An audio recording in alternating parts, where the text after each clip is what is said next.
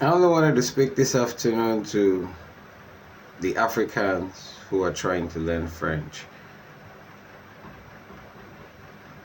If you're an African trying to learn French, it definitely means that you weren't born in a francophone country, and um, somehow that is better for you because it is much more interesting to learn French as an English speaker than it is to learn English as a francophone person.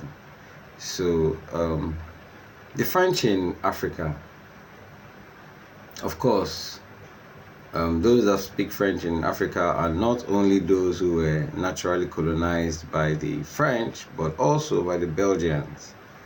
And I think some other parts of Africa even have people who speak Portuguese. That's Angola, right? Yeah. But the French in Africa, for example, in West Africa, spreads. And we have in West Africa, ECOWAS, we have maybe 15 countries, 11, I'm not sure. Well, of course, you know that there are only 2 or 3 English-speaking countries amongst them. That's Nigeria, Ghana, and Liberia, I think. Sierra Leone, maybe. Yes, 4. Yeah, but most of the rest are French. Burkina Faso, Mali, Togo, Benin, Senegal, Cote d'Ivoire, Guinea, etc., etc. You know.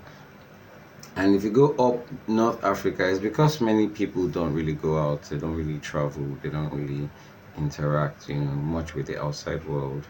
Nigeria is big enough to go through. So, especially if you're Nigeria, if you're Ghanaian, then probably the same thing. English people are very proud, it's the best language in the world. But I don't know if you can add a video where I was saying that it's the language of the, 17th century.